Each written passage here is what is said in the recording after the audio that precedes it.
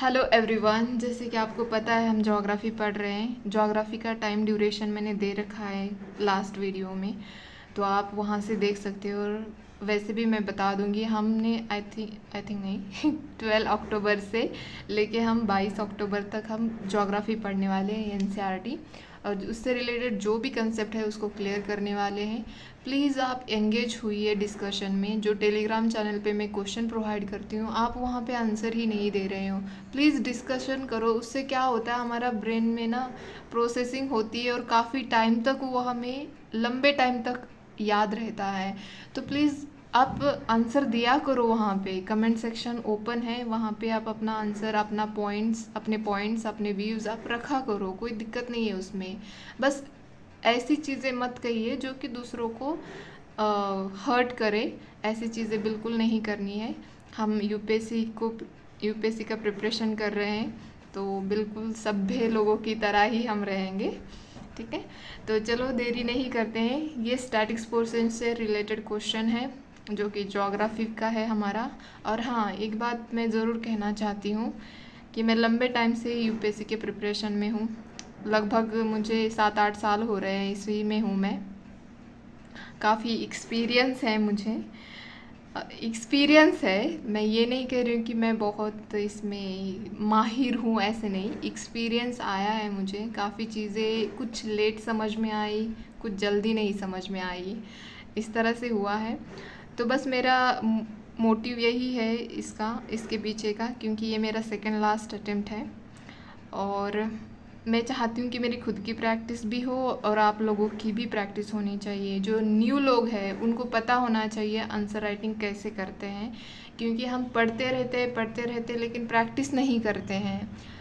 देखो, सबसे prelims clear करोगे अगर, और मेंस के लिए प्रैक्टिस नहीं होगी और आपको पता ही नहीं है मेंस का आंसर लिखते कैसे हैं, तो फिर मतलब नहीं है वो प्रीलिम्स क्लियर करने का।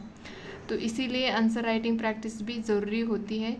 सबसे बढ़िया एक बात है कि देखो, 75% जो है, लगभग 100% हमारा सिलेबस है, उसमें से 75% क्वेश्चन जो होते हैं वो स्टैटिक्स से आते हैं। जैसे कि हमारी ज्योग्राफी है, हिस्ट्री है, इकोनॉमिक्स है, एनवायरनमेंट है, तो इससे रिलेटेड क्वेश्चंस आते हैं। और उसमें भी ज़्यादा वेटेज किसको मिलता है आजकल, तो अगर देखा जाए तो एनवायरनमेंट, ज्योग्राफी, इकोनॉमी, पॉलिटी, इसका वेटेज ज़्यादा दिखाई देता है।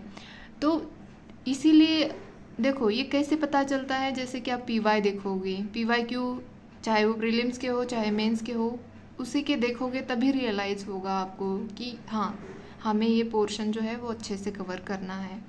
तो अभी ज्योग्राफी के लिए मैंने आप लोगों के लिए टाइम दे रखा है, तो आप प्लीज़ ज्योग्राफी अच्छे से कंप्लीट करें। ये प्रीलिम्स के लिए ही नहीं बल्कि मेंस के लिए भी बहुत ज़्यादा वेटेज होल्ड करता है।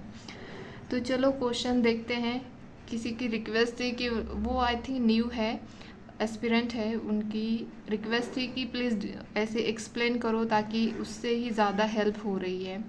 तो मैंने बोला, मैंने सोचा कि देखो, हम दूसरों की हेल्प के लिए ये कर रहे हैं, अगर उनको हेल्प नहीं हो रही तो उस तरह के, उस टाइप से फॉलो करना कोई मतलब नहीं है। तो इसीलिए मैंने यहाँ पे डिस्कस करना ही डिसाइड किया है। तो चलो, आज का क्वेश्चन जो है, मैंने काफ़ी टाइम ले रखा है, नहीं लेना चाहिए लेकिन बताना भी बहुत ज़रूरी होता है। तो देखो यहाँ पे, describe the characteristics and types of primary rocks. तो ये क्वेश्चन सिंपल पूछा गया था 2020 के 22 वाली जो हमारी यूपीएससी की मेंस थी उसमें पूछा गया। तो यहाँ पे डिस्क्राइब करना है, बस इन्होंने खाली पूछा है कि कैरेक्टरिस्टिक्स बताओ और टाइप्स बताओ, बस इतना पूछा है। तो हमें पहले तो पता होना चाहिए कि प्राइमरी रॉक्स होते क्या हैं। और रॉक्स जो है, आप अगर एनसीईआरटी का पोर्शन मतलब यूनिट 3 देखोगे ना, तो उसमें लैंड फॉर्म्स हैं। जो हमारी फिजिकल ज्योग्राफी ऑफ इंडिया है उसमें अगर देखोगे, यूनिट 3 है, उसमें आते हैं लैंड फॉर्म्स। तो उसमें बताया गया है कि रॉक्स, मिनरल्स कैसे फॉर्म होते हैं, उसके टाइप्स क्या है, उनके कैरेक्टरिस्टिक्स क्या होते हैं।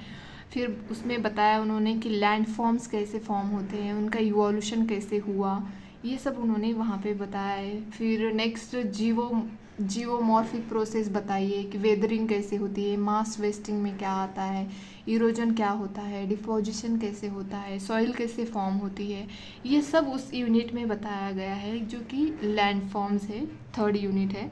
तो उसी में उन्होंने रॉक्स के बारे में बताया है। तो यहाँ पे हमें रॉक्स, प्राइमरी रॉक्स के बारे में बताया है। तो रॉक्स जो होते हैं कहाँ पे फॉर्म होते हैं, तो रॉक्स जो है अर्थ के क्रस्ट में फॉर्म्स होते हैं। तो उसमें भी इंट्रूसिव एक्सट्रूसिव होते हैं, तो वो हम टाइप्स में देखेंगे, ठीक है। तो यहाँ पे इंट्रोडक्शन स्टार्ट किया है मैंने प्राइमरी रॉक्स से। तो प्राइमरी रॉक्स को ही हम इग्नियस रॉक्स बोलते हैं। इग्नियस का मतलब ही होता है, इग्नियस मतलब फायर, ये लैटिन वर्ड है। तो इसका मतलब होता है फायर, मतलब जो मोल्टन मैग्मा होता है जो अर्थ के अंदर से बाहर आता है, उससे ये रॉक्स बनते हैं। तो are the oldest type of rocks form out of magma and lava from the interior of the earth. Earth के इंटीरियर से जो भी मैग्मा लावा जो भी बाहर आता है, तो वो क्या होता है, कूल होता है और उससे वो एक साथ होता है, मतलब सॉलिडिफाई होता है और फिर ये रॉक्स बनता है जिसको हम बोलते हैं प्राइमरी रॉक। तो यहाँ पे सिंपली प्राइमरी रॉक्स क्या है उसकी डेफिनेशन कहो या उसके बारे में हमने यहाँ पे इंट्रोडक्शन स्टार्ट किया है।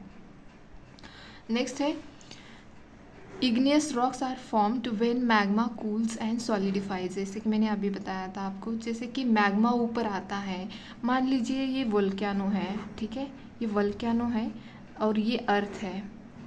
तो ये ऐसे फॉर्म हुआ है, यहाँ पे इसका ओपन, इसका माउथ है वोल्केनो का। तो इसके अंदर जो मैग्मा बन रहा था, जो भी लावा है, वो ऐसे बाहर आता है और बाहर आके ऐसे फैलने लगता है। अगर कोई क्या बोलते हैं, डॉक्यूमेंट्री अगर देखोगे इससे रिलेटेड, तो आपको रियलाइज़ होगा कि कैसे ये लावा फार्म बाहर निकल के आता है और कैसे ये धीरे धीरे कूल डाउन होता है और ये एक साथ सॉलिडिफाई होके इससे इग्नियस रॉक बनने लगता है, ठीक है। तो ये हो गया हमारा प्राइमरी रॉक्स। तो यहाँ पे इंट्रोडक्शन लिख दिया, ठीक है। इंट्रोडक्शन लिखना, पावरफुल इंट्रोडक्शन लिखना।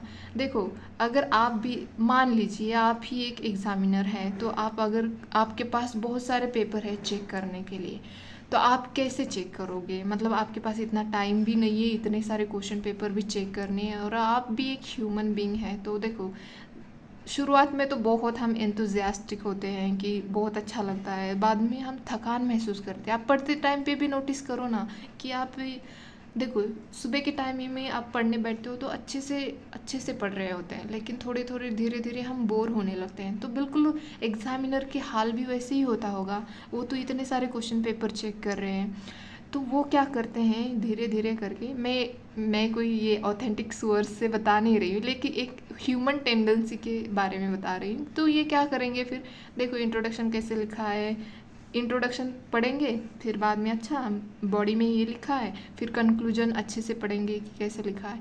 तो हमें इंट्रोडक्शन, हमारा अच्छे से इंट्रोडक्शन लिखना है और कंक्लूजन भी बहुत अच्छे से लिखना है, ठीक है। तो चलो देखते हैं नेक्स्ट क्या है। तो अब यहाँ पे जैसे डिस्क्राइब बोला कैरेक्टरिस्टिक्स, तो हमें कैरेक्टरिस्टिक्स को अच्छे से यहाँ पे बताना है, ठीक है। तो यहाँ पे मैंने फर्स्ट लिखा है फॉर्म्ड फ्रॉम मैग्मा और लावा। जो इग्नियस रॉक है, जो प्राइमरी रॉक है, वो कैसे फॉर्म होता है, तो मैग्मा एंड लावा से फॉर्म होता है। तो ये फर्स्ट कैरेक्टरिस्टिक्स है इसका। तो कूलिंग ऑफ मोल्टन मटेरियल वही मैग्मा और जो लावा होता है उसको ही बोला जाता है। बेनेथ और ऑन द अर्थ सरफेस, मतलब अर्थ का जो सरफेस होता है उसके नीचे या तो ऊपर ये कूल डाउन होके यहाँ पे रॉक फॉर्म करते हैं, ठीक है। नेक्स्ट देखिए, नेक्स्ट है लैक ऑफ फॉसिल्स। इसके अंदर कोई फॉसिल्स नहीं होते हैं। तो ये प्योरली सिर्फ लावा और मैग्मा से ही बने होते हैं, इसमें कोई फॉसिल्स नहीं होते हैं। Usually form from molten material which do not contain fossils. तो ये यहाँ पे सेकंड कैरेक्टरिस्टिक्स हमने इग्नियस रॉक का देखा। थर्ड है टेक्सचर वेरिएशन। इसका बनने का स्ट्रक्चर जो है वो अलग अलग होता है। अगर आप गूगल सर्च करोगे ना, वहाँ पे आपको इसकी तस्वीर मिलेगी, तो आपको पता चलेगा इसका टेक्सचर कैसे होता है। डिफरेंट काइंड ऑफ स्ट्रक्चर होते हैं इसके। तो depends on the cooling rate and structure can range from fine grain और कोर्स ग्रेन। मतलब अलग अलग आपको ऊपर से थोड़े रफ दिखाई देंगे, कोई कुछ स्मूथ दिखाई देंगे। किसकी वजह से होता है ये उनके टेक्सचर के वेरिएशन होता है उनके स्ट्रक्चर का, तो उसी के अकॉर्डिंग होता है। नेक्स्ट देखते हैं हम यहाँ पे मिनरल कंपोजिशन।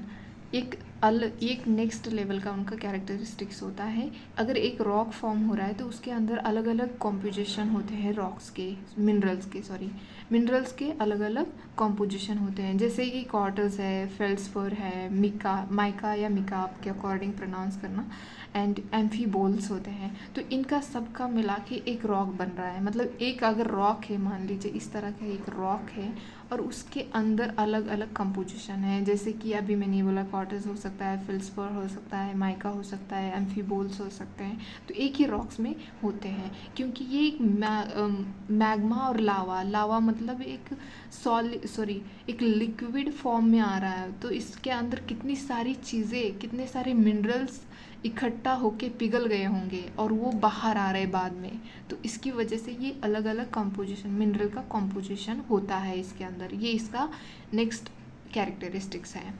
तो अलग और देखते हैं इसकी कैरेक्टरिस्टिक्स।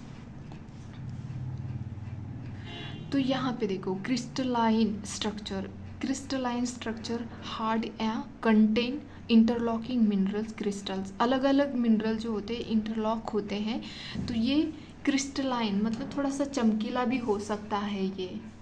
तो इस तरह से ये बता रहे हैं। 6 यहाँ पे है रेजिस्टेंट टू इरोजन। जो ये एक तो देखो एकदम से फायर से ये निकल के आ रहा होता है, जो भी मिनरल्स होते हैं फायर से एक लिक्विड फॉर्म में आ रहे हैं। जो जब बनेंगे ये तो बहुत स्ट्रांग बने होते हैं। तो इनका इरोजन होना मतलब इनका क्या बोलते हैं, धीरे धीरे फॉर्म। जैसे एक ये मान लीजिए एक रॉक है, इग्नियस रॉक है, तो इसका इरोजन मतलब कम होना, इसमें से पिघलना या थोड़ा सा कट डाउन होना, ये पॉसिबल नहीं है। मतलब पॉसिबल नहीं है ऐसे नहीं, बट डिफ़िकल्ट है, बहुत डिफ़िकल्ट है इनका इरोजन होना। इसीलिए ये जिस तरह से फॉर्म हुए वो काफ़ी टाइम के लिए इस तरह से ही होते हैं। अगर ऐसे ही फॉर्म हुआ है तो ऐसे ही रहेगा, या ऐसे फॉर्म हुआ है तो ऐसे ही रहेगा लंबे टाइम के लिए। तो ये ड्यूरेबल होते हैं, resistant to weathering and erosion. Weathering मतलब इसके टुकड़े टुकड़े टुकड़े टुकड़े हो जाना, अलग अलग फॉर्म में फिर ये रॉक मिलता है, इस तरह से उसको बोला जाता है वेदरिंग। और उस इरोजन मतलब छोटा छोटा करके निकलना इसमें से। तो इरोजन ऐसे 2 फॉर्म में बनेगा, फिर उसका और तीसरे फॉर्म में बनेगा। लेकिन इरोजन ऐसे होता है कि धीरे धीरे करके निकलना होता है, ठीक है। तो ये रेजिस्टेंट होता है इरोजन के लिए। अब देखते हैं इसके टाइप्स। जैसे कि क्वेश्चन में पूछा गया है इसके टाइप्स क्या है, तो इसके टाइप्स 2 टाइप्स के हो सकते हैं। एक तो बेस्ड ऑन फॉर्मेशन लोकेशन, और नेक्स्ट है कि बेस्ड ऑन कंपोजिशन। इसकी कंपोजिशन क्या है उसके अकॉर्डिंग इसका टाइप होते हैं, और इसके कहाँ कैसे फॉर्म होता है तो ये उसी के अकॉर्डिंग है। तो इसके टाइप्स जो अगर फॉर्मेशन के अकॉर्डिंग देखा जाए तो एक इंट्रूसिव रॉक्स होता है, जो कि हम उसको प्लूटोनिक रॉक्स भी बोलते हैं, क्योंकि वो अर्थ का जो क्रस्ट होता है उसके अंदर फॉर्म होते हैं। जैसे कि formed from magma cooling under earth crust. जो अर्थ का क्रस्ट है उसके अंदर ही जो मैग्मा आता है वही कूल डाउन होता है और वहीं पे वो रॉक फॉर्म होता है। जैसे कि ग्रानाइट है, जो कि अर्थ के अंदर ही, जो अर्थ का क्रस्ट है उसके अंदर ही फॉर्म होते हैं। नेक्स्ट है एक्सट्रूजिव, जैसे कि वल्केनो को हम एक्सट्रूजिव रॉक्स बोलते हैं। और जो इंट्रूजिव मैंने अभी बोला ग्रेनाइट्स जो होते हैं रॉक्स, एग्जाम्पल के तौर पे यहाँ पे लिखा है, वो आते हैं प्लूटोनिक रॉक्स में। तो एक्सट्रूजिव जो होते हैं, जो लावा जो भी मैग्मा है वो बाहर आता है, अर्थ के सरफेस के ऊपर आते हैं और वो रैपिडली कूल डाउन होते हैं। और जो इंट्रूसिव होते हैं वो धीरे धीरे, क्योंकि वो अर्थ के अंदर होते हैं, अर्थ के क्रस्ट के अंदर होते हैं, तो धीरे धीरे वो जो मैग्मा होता है वो कूल डाउन होता है इंट्रूसिव में। लेकिन एक्सट्रूसिव में क्या होता है कि बाहर ओपन होता है ना, हवा भी चल रही होती है। आप इमेजिन करिए ना कि अर्थ के सरफेस के ऊपर अगर कोई चीज़ आती है, इतनी सारी हवा चल रही होती है, तो रैपिडली ही होगा, जल्दी ही कूल डाउन होगा। और उससे क्या होता है, जो बेसॉल्ट है वो रॉक्स फॉर्म होंगे। वैसे बोला जाता है कि महाराष्ट्र में जो रॉक है वो बेसॉल्टिक रॉक है, क्योंकि यहाँ पे जो लावा है उसी से जो रॉक्स बने हैं उसी से बने हैं, तो इसीलिए यहाँ पे बेसॉल्टिक बोला जाता है। यहाँ का रॉक जो है वो बेसॉल्टिक है, ठीक है। ये इंट्रूसिव रॉक्स बोलते हैं इसको। ये फॉर्मेशन लोकेशन से जो बेस्ड है उसी से यहाँ पे हमने देखा। जो नेक्स्ट टाइप है वो बेस्ड ऑन कंपोजिशन। जो कंपोजिशन मतलब रॉक का कंपोजिशन कैसे होता है, तो 2 3 4 मिनरल से मिलके उनका कंपोजिशन बनता है, जैसे कि अभी हमने देखा ही था।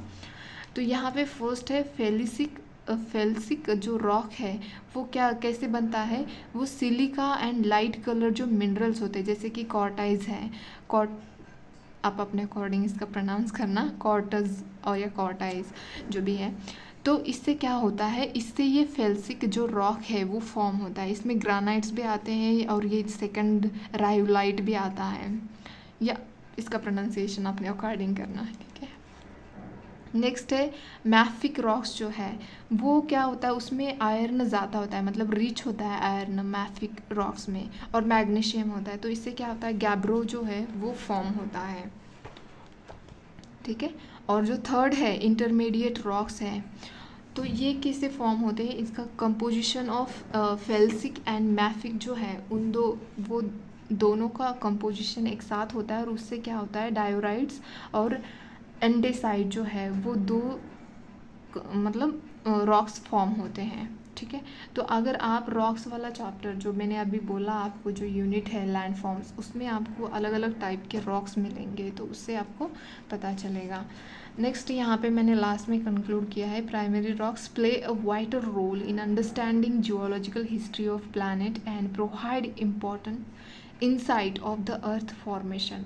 इसकी वजह से हमें पता चलता है कि अर्थ का जो फॉर्मेशन है वो कैसे हुआ है, कैसे कॉम्पोजिशन इनका अर्थ का बना है, ये रॉक्स की वजह से ही पता चलता है। और रॉक्स इंपॉर्टेंट किस लिए होते हैं, रॉक्स की वेदरिंग होके सॉइल का फॉर्मेशन होता है, और सॉइल का फॉर्मेशन होने की वजह से हमारा एग्रीकल्चर चलता है, और हमारा एग्रीकल्चर अच्छा चलेगा तो भी तो हम अच्छे से ज़िंदा रह पाएंगे, मतलब फूड और ये सब खा पाएंगे, ठीक है।